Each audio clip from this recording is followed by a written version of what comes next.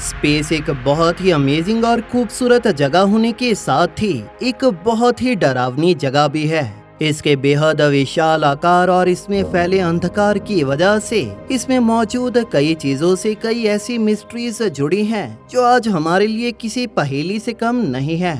आज हम ऐसी ही कई मिस्ट्रीज की एक लिस्ट के बारे में बात करने जा रहे हैं जिसमें हमारे यूनिवर्स के काम करने के तरीकों, इसमें मौजूद ऑब्जेक्ट्स, अंतरिक्ष से आने वाले रहस्यमय सिग्नल्स और इससे जुड़े कुछ अनसुलझे पहलू भी इसमें शामिल हैं। Number 10, radio signals. पूरे 2018 और 2019 में Canadian hydrogen intensity mapping experiment ने हर 16 दिनों बाद रिपीट होने वाले रेडियो सिग्नल्स के एक पैटर्न को डिटेक्ट किया था। इन रेडियो सिग्नल्स का ये पैटर्न उन 8 रेडियो सिग्नल्स में से एक था जिसका पता लगाने में रिसर्चर्स पूरी तरह से कामयाब रहे थे। Could it be a message from millions of light years away? Just the idea of intelligence elsewhere in the universe has set the Twitterverse in radio signal के सोर्सेज को अंतरिक्ष के अलग अलग हिस्सों में ट्रेस किया गया था जिसमें एक विशाल स्पाइरल गैलेक्सी भी शामिल थी जो लगभग 500 मिलियन लाइट ईयर्स दूर है। लेकिन इसे लेकर बहुत ज्यादा एक्साइटेड होने की जरूरत नहीं है क्योंकि शायद ये एलियंस ना हो। You know that people talk about that as this a powerful signal being beamed out by an alien civilization. I mean, personally, I don't think so, and that is not the leading theory. The leading theory is they're big, powerful magnetic stars. अगर ये सही है तो ये signals possibly एक magnetar जैसी किसी चीज से ओरिजिनेट होते होंगे जो कि एक इनक्रेडिबली पावरफुल मैग्नेटिक फील्ड वाला एक न्यूट्रॉन स्टार होगा।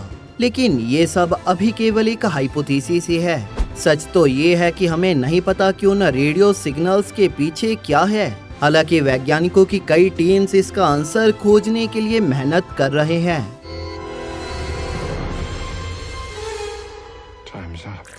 नंबर 9, वाव सिग्नल।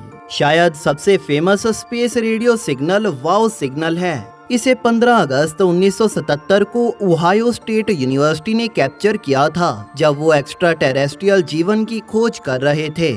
इस सिग्नल को अपना नाम एस्ट्रोनॉमर जेरी आर एहमन से मिला था जिन्होंने कंप्यूटर प्रिंट आउट पर डेटा को सर्कल आउट करते हुए उसके आगे एक वाव को लिखने के साथ ही एक एक्सक्लेमेशन मार्क लिखा था। Take a look at this. This is the actual copy of the actual notes that this astronomer made back then. You can see he circled the moment that the sound happened, even wrote the words wow. और उस signal को relocate करने के लिए बार-बार effort करने के बावजूद खुद अहमन के एफर्ट के बाद भी कोई भी इसे खोजने में सक्षम नहीं रहा। Many people believe the wow signal was kind of like a tweet from outer space.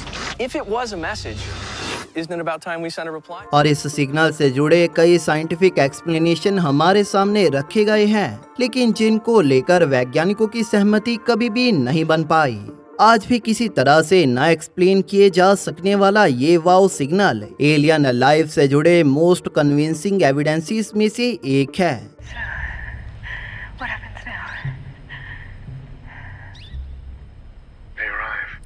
Number 8, black holes.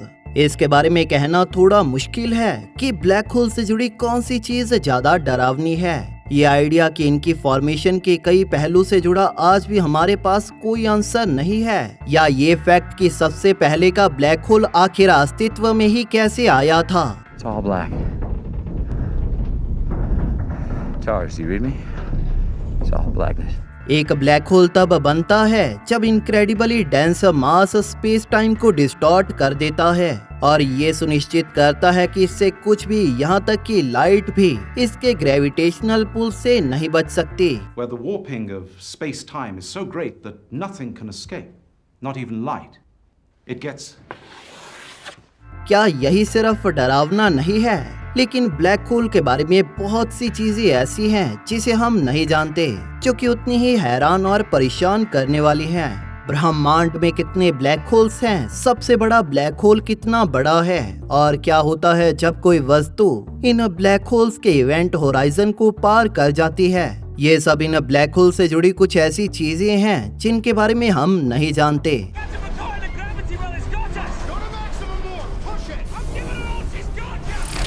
Number 7, cosmic microwave background cold spot, the great void. Southern celestial hemisphere में एक असामान्य रूप से खाली और ठंडा एरिया है जिसे CMB कोल्ड स्पॉट के रूप में जाना जाता है। Astronomer cosmic microwave background radiation नाम की चीज का इस्तेमाल करके अंतरिक्ष में तापमान को मापते हैं और ये स्टैटिस्टिकली अनलाइकली कोल्ड स्पॉट ब्रह्मांड के थ्योरेटिकल मॉडल से कहीं आगे का है। ये अंतरिक्ष का 1 बिलियन लाइट ईयर्स का एरिया है जिसमें कुछ भी नहीं है, यानी कि ये पूरी तरह से खाली है।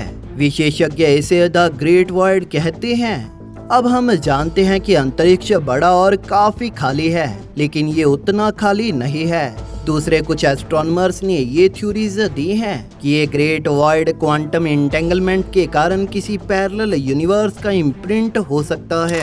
Number 6, the big crunch. Here we are, the end of the universe.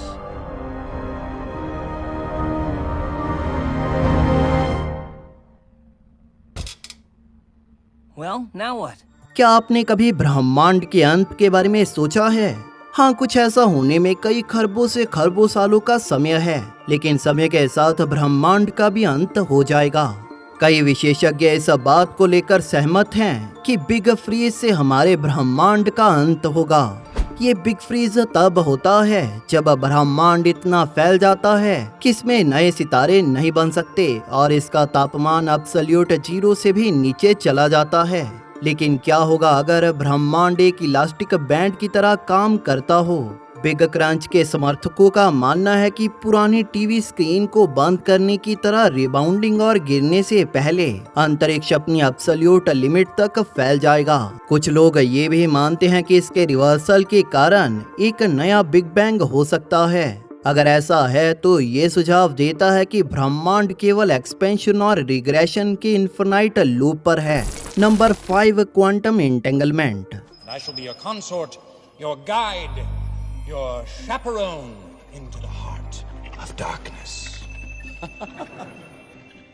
Welcome to Astronomy 101. ठीक 1 सेकंड के लिए हमारा साथ दीजिए, क्योंकि यहाँ पर चीजें रियल में काफी वियर्ड और कंफ्यूजिंग करने वाली हैं। आसान भाषा में क्वांटम एंटेंगलमेंट को समझने की कोशिश करें तो हमें पता चलता है कि एक पार्टिकल यूनिवर्स के एक पूरी तरह से अलग हिस्से में एक मिरर पार्टिकल के साथ इंटरेक्ट या उसे मूव करने की क्षमता रखता है। बेसिकली ये 2 पार्टिकल्स एक दूसरे से काफी ज्यादा दूर होने के बावजूद भी एक दूसरे से किसी तरह से जुड़े हैं, जो हमें ये बताता है कि इन दोनों के बीच में कम्युनिकेशन का मीडियम लाइट की स्पीड से भी कहीं ज्यादा तेज स्पीड से ट्रेवल करता है। Guys, I can go faster. Do it. Sir Albert Einstein ने इस प्रोसेस को स्पूकी एक्शन एट डिस्टेंस भी कहा था और ये फिजिक्स और क्वांटम मैकेनिक्स के फंडामेंटल लॉस को तोड़ता है। Science is neat, but I'm afraid it's not very forgiving. Number 4, the Fermi paradox. Sci fi author Arthur C Clarke ने अपने एक इंटरव्यू में कहा था कि या तो हम ब्रह्मांड में अकेले हो सकते हैं या नहीं, जो कि दोनों ही पॉसिबिलिटीज उतनी ही डरावनी हैं। और यही फर्मी पैराडॉक्स तलाशता है, जिसका नाम फिजिसिस्ट एनरिको फर्मी के नाम पर रखा गया है। फर्मी पैराडॉक्स एलियन सिविलाइजेशन के आसपास की एविडेंस की कमी और उनके अस्तित्व की हाई पॉसिबिलिटी के बीच कॉन्ट्राडिक्शन की जांच करता है। दूसरे शब्दों में इस बात की बहुत ज्यादा संभावना है कि एलियन लाइफ और एक्स्ट्रा टेरेस्ट्रियल सिविलाइजेशन मौजूद हैं, फिर भी हमें उनके अस्तित्व के अनडिनाइबल एविडेंस का एक एविडेंस भी नहीं मिला है।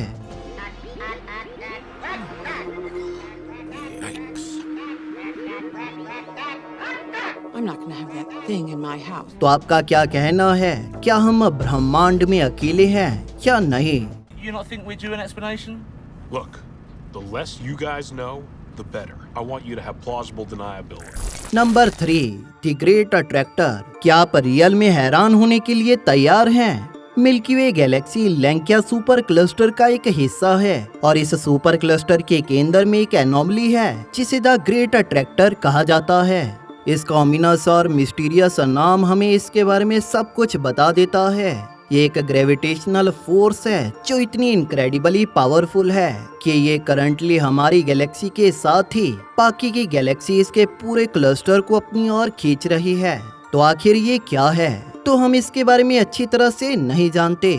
द ग्रेट अट्रैक्टर अंतरिक्ष के एक ऐसे एरिया के बीच में मौजूद है जो हमारी गैलेक्सी मिल्की वे की डेंस लाइट और डस्ट से ढका है। 2016 में रिसर्चर्स की एक टीम ने थ्योराइज किया था कि द ग्रेट अट्रैक्टर आकाश गंगाओं का क्लोजेस्ट वेला सुपर क्लस्टर हो सकता है, जो कि लगभग 870 मिलियन लाइट ईयर्स दूर मौजूद है। Number 2, dark energy. ऐसा लगता है कि ब्रह्मांड तेज हो रहा है और इसके एक्सपेंशन के लिए कुछ जिम्मेदार होना चाहिए, लेकिन क्या? इसके बारे में अब तक कोई भी वास्तव में नहीं जानता। ज्यादातर विशेषज्ञ डार्क एनर्जी नाम की किसी चीज की ओर इशारा करते हैं, लेकिन कोई नहीं जानता कि डार्क एनर्जी कहां से आती है या ये कैसे काम करती है। उन लोगों के अनुसार जिन्होंने इस तरह की चीजों को थ्योराइज किया है, डार्क एनर्जी नोन यूनिवर्स का लगभग 70% हिस्सा बनाती है। जरा सोचिए कि वो चीज जो ऑब्जर्वेबल यूनिवर्स का 70% हिस्सा बनाती है, उसने विशेषज्ञों को अपने बालों को नोचने पर मजबूर किया हुआ है।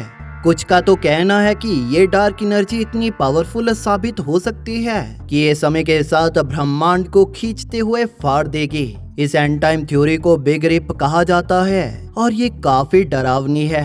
The final result is that no particles will be close enough to interact with each other, ever. So protons and neutrons will be separated into their component quarks. That is the big rip scenario. Number 1, dark matter. अगर आपको लगता है कि dark energy mysterious है, तो खुद को संभाल लें। एस्ट्रोनॉमर्स और कॉस्मोलॉजिस्ट ने एक लंबे समय पहले अनुमान लगाया था कि केवल ग्रेविटी ही आकाश गंगाओं के निर्माण, स्थिरता और स्पीड के लिए जिम्मेवार नहीं हो सकती, क्योंकि उन्हें एक साथ रखने के लिए मैटर की एक अनसीन फॉर्म जिम्मेदार है। इस मैटर की फॉर्म को डार्क मैटर कहा जाता है। वास्तव में अनुमान है कि ये ब्रह्मांड के लगभग 85% मैटर के लिए जिम्मेवार है। अनफॉर्चुनेटली ये प्रपोज्ड सब्सटेंस इलेक्ट्रोमैग्नेटिक रेडिएशन के साथ इंटरैक्ट नहीं करता, जैसे कि लाइट। इस तरह से इसका मतलब है कि ये पूरी तरह से अनऑब्जर्वेबल है। ये ग्रहों, सितारों और आकाश गंगाओं के निर्माण के लिए जिम्मेवार है। ये करंटली में उन सभी को एक साथ पकड़े हुए है और ये ब्रह्मांड के एक बड़े हिस्से को बनाता है। इसके बाद भी हमें नहीं पता कि ये क्या है या ये कैसे काम करता है। What does it all mean? Not a happy ending for everyone, but a positive result for the rest of the galaxy. आपका इन सभी मिस्ट्रीज के बारे में क्या कहना है? हमें नीचे कमेंट सेक्शन में जरूर बताइए। Thank you for watching.